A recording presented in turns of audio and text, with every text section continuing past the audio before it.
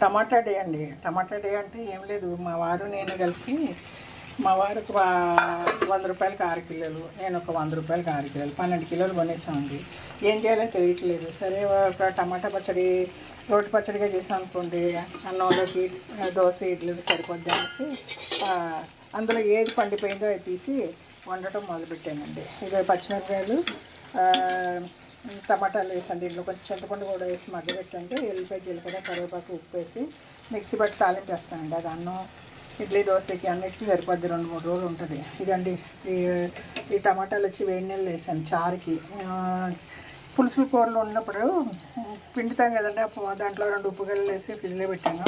ఇంకా దీంట్లో కొంచెం చింతపండు వేసి ఉప్పు వేసి ఈ టమాటాలు స్మాష్ చేసి ధనియాలు 2 స్పూన్లు ధనియాలు, 1 స్పూన్ మిరియాలు, 1 స్పూన్ జీలకర్ర వేస్తానండి. ఒక్కొక్కసారి కందిపప్పు కూడా వేస్తాను. మిక్సీ పట్టి ఒక ఎల్లిపాయ కూడా దాంట్లో వేసేసి తాలింపు వేస్తానండి. తాలింపు వేసాక పొంగకుండా నురుగు వచ్చేప్పుడు ఆపేస్తాను. ఇదిగోండి ఈ వేస్ట్ అండి. రోజుకి పావు కిలో కుళ్ళిపోతుంది. మేము కొన్నది లాభం గోబలోకి వచ్చింది. ఈరోజు కూర క్యాలీఫ్లవర్ అండి. దీన్ని కట్ చేసి వేడి నీళ్ళు ఉప్పు పసుపు వేసి కాసేపు ఉంచి తీసాను. ఒక ఉల్లిపాయ కట్ చేసి పొయ్యి మీద వేస్తానండి. దాని తర్వాత క్యాలీఫ్లవర్ వేసి ఉప్పు పసుపు వేసి మూసి లాస్ట్లో కొంచెం అల్లం వెల్లిపాయ కూడా వేస్తానండి, ఎగటి వాసన లేకుండా. తర్వాత కారం వేస్తాను. ఇంతే అంటే రసం పెడతాను. ఇది పచ్చడి ఇదండి. అనవసరంగా ఏదో తక్కువ అని కొనేసి వేస్టేజ్ అండి. వాటిని సదురుకోలేక సావాలి, ఫ్రిడ్జ్లో చూడలేదు. అనవసరంగా టమాటాల మీద వంట చేయాల్సి వస్తుందండి.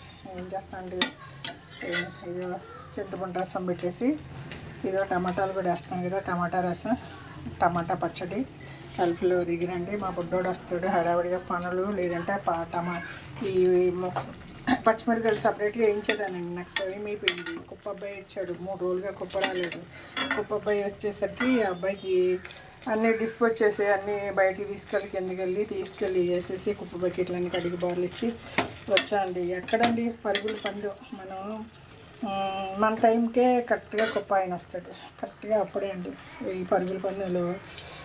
పొయ్యి మీద ఇది వేస్తాం, మాడిపోకుండా లో ఫ్లేమ్లో పెట్టి వెళ్తాను, లేకపోతే స్టవ్ ఆపేస్తాను, మళ్ళీ వచ్చి ఆన్ చేస్తాను.